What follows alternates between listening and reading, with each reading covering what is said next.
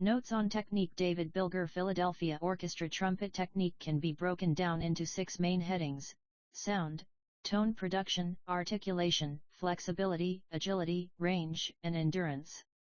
The following are ideas and examples of exercises and etudes that can be used to improve these necessary trumpet skills.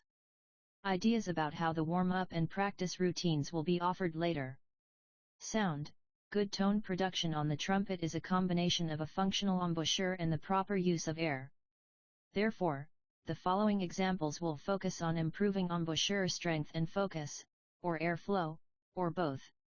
1. Long tones. Play sustained notes for at least 12 beats at quarter equals 60, making sure that the tone is full and that the pitch is stable. Continue the same feeling of airflow that you got with the long tones while playing Herbert L. Clark Technical Studies, number 1-5. I call these moving long tones, and the idea is to keep the free airflow that we achieve on regular long tones. Also look at Schlossberg daily drills and Gordon's systematic approach to daily practice. 2. Flow studies.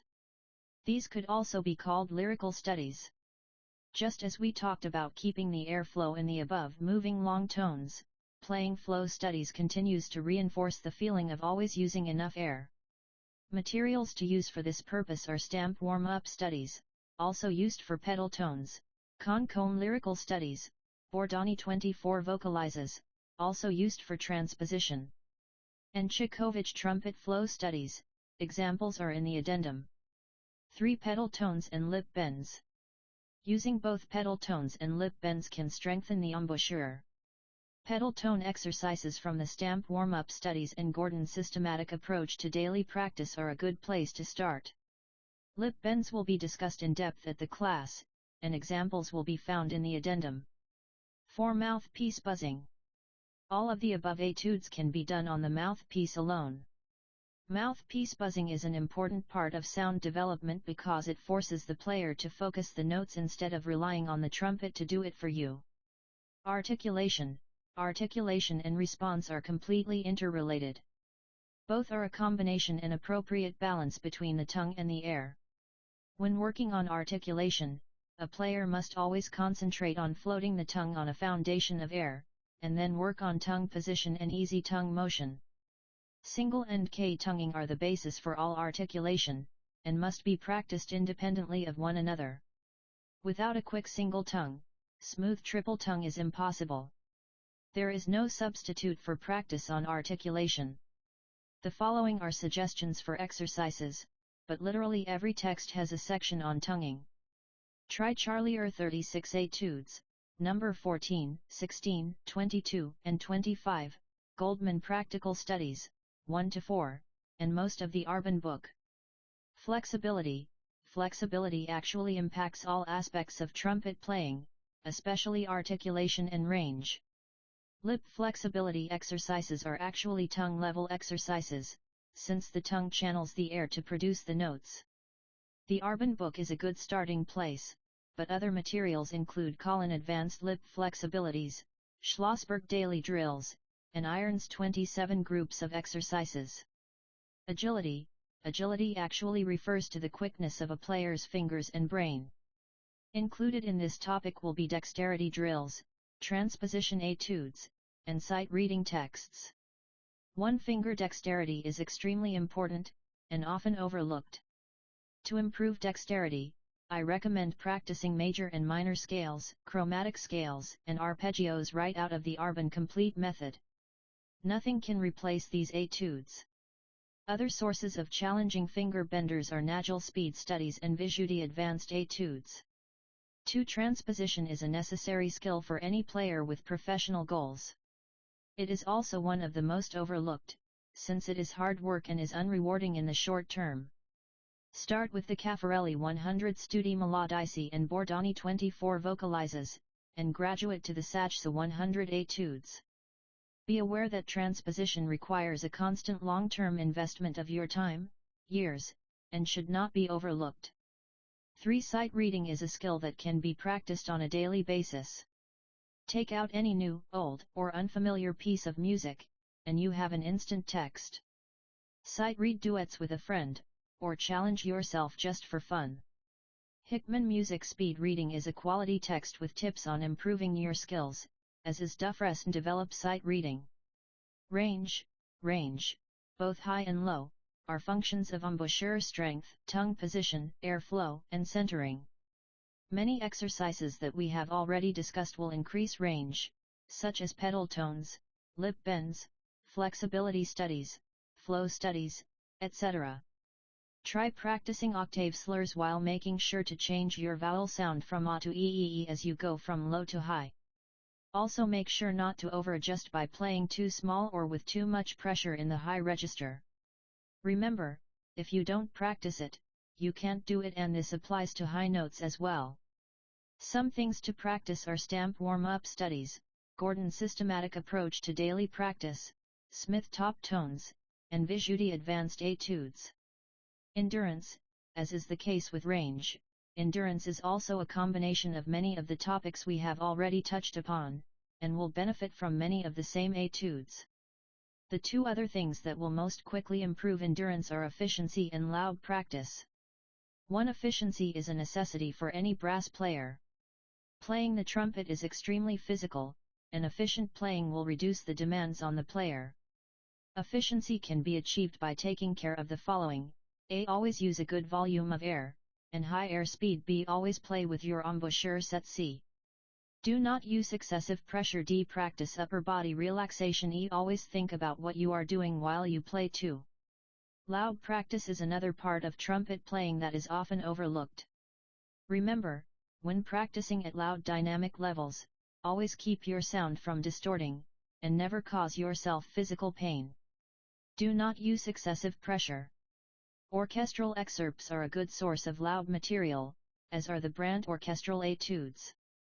Perhaps the best resource for loud playing is the Shilka power exercises. Playing 5 minutes of these a day will be all you need to develop the necessary strength for increased endurance. They are not published, but are outlined in the addendum. Notes on practicing: the first and probably most important part of practicing is the warm-up. Warming up is a personal thing, and everyone will need to experiment with what works for them, but the following are some ideas and guidelines for establishing your own personal warm-up. I think of the warm-up period as having two main goals, the first being to wake up your chops and brain, and the second to practice the basics of technique. The warm-up should start you off slowly, and then move on to include the 6 aspects of technique as discussed earlier. Of course, further specific practice of the problem areas in your playing will be required, but a certain amount of all technique should be covered in the first session of the day. I like to begin with Clark Technical Studies and Chikovich Trumpet Flow Studies. By the time I have played 5 or 10 minutes of these, I have accomplished the first part of my warm-up. Sometimes I will continue with stamp warm-up studies, which I use as a centering medicine if I feel I need it. Then I continue with Ray Maze's 10-week practice routine, which is a simple compilation of technical drills from a number of sources. I believe that Ray's book is an excellent example of how to put together a warm-up/practice book. The book is unpublished, since it is a compilation of copyright materials, but I have included the guide page in the addendum, which tells you how to put the book together. You can also put together your own book using the same principles. Additional practice sessions should be dedicated to practicing weaknesses, learning new etudes and excerpts, and learning solos and other performance pieces. No matter what you are practicing, your metronome should always be handy, since it can act as both the rhythm police and the practice coach. The metronome can help you become aware of inconsistencies in your rhythm, and also help in your training by making you practice things at more difficult tempi than are called for, so that performances will seem easy. Another sidekick should be a tuner, so that you get in the habit of playing in tune with yourself. It is impossible for anyone to play in tune with another musician if they cannot play in tune with themselves. The tuner doesn't lie. Chris Gecker, of the American Brass Quintet, wrote about practicing: every player, no matter how good, makes mistakes, but the very best performers do 2 things: they don't tolerate them in practice sessions, correcting the slightest mishap in an unhurried, determined manner, also practicing with concentration and slowly enough so that mistakes are not learned, and in performance, they react to any error by immediately raising their level of energy and concentration, staying loose and aggressive. Etudes should be a part of your regular practice, and a good way to approach them is to perfect one a week. There are endless sources for etudes, but some of my favorites are Arbon 14 Characteristic Studies, Charlier 36 Etudes, Bitch 20 Etudes, Brandt Orchestral Etudes, Gates Odd Meter Etudes, Reynolds 48 Etudes, Worm 40 Studies, and Longinati Studies in classical and modern style. Your teacher will be able to tell you what books are most appropriate for your level, and professional level players will benefit from all the books mentioned above. The other advice I have on practicing is to invest time in training your ear and your musical soul. Every player needs to develop an understanding about that the trumpet's role is in each piece of music, as well as to understand what emotions the music is trying to express. The best way to achieve this is to listen to all kinds of music every chance you get, and to experiment as an artist on your instrument. Polished technique is a means, not an end. Most of all, keep practicing, keep improving, and remember that only you are responsible for how you play. Notes on performing, recitals, and equipment. Every type of performing situation places special and unique demands upon a performer. I have identified 6 ways in which you can meet these demands, regardless of the style of music or performance situation. The following are skills that you must develop to achieve excellent performances. 1. Practice your part. Thorough practice not only improves your chances of hitting the right notes, but will add to your physical conditioning. Your chops can learn to pace themselves for individual difficult passages. 2. Learn the music. Every good performer understands the style of the piece, as well as having a feeling about what the composer was trying to say with the music. A musical approach can actually help technique, as well. 3. Communicate with your colleagues. Communication is what performing is all about. We communicate with our audience through the content of the music, but more importantly, we must communicate with the musicians with whom we share the stage. This is accomplished by listening to players other than yourself, leading when appropriate, moving your body to dictate phrasing and pacing, and eye contact both with other musicians and the conductor. 4. Be reactive. Every good musician must listen and react to tuning, ensemble, and style, especially articulation, note length, and phrasing. 5. Concentrate at all times. Most of the mistakes that creep in at performance time are a result of a lack of concentration. Every player should develop a few tricks that they can use to refocus wandering attention. 6. Play with confidence. Playing with assurance results in a proper use of air and better technique, and is the first and best step to prevent nerves. A well-deserved belief in one's abilities, combined with good preparation, will go a long way towards eliminating nervous reactions. The majority of concerts that musicians participate in are planned for us. The one major exception is the solo recital. Recitals may be required by a university or conservatory for graduation, or they may be for profit or merely for fun. No matter what the genesis of the recital is, one basic question remains: how does one program for it? The following are some ideas that have helped me to come up with successful programs. 1. First of all, it is important to define the purpose of the recital. Is it educational, a fee concert, or merely for the enjoyment of friends and family? 2. Understand your audience, their special circumstances and expectations, or, if it is a student recital, what will you be gaining from the experience? 3. Make a list of possible repertoire with timings of each piece, and be sure to pick music you enjoy. I always make 3 separate lists: pieces I already know, pieces I am learning, and pieces I should know but don't yet. Once you have these lists, you can select from them to assemble a workable program. 4. Select a good strong opener first.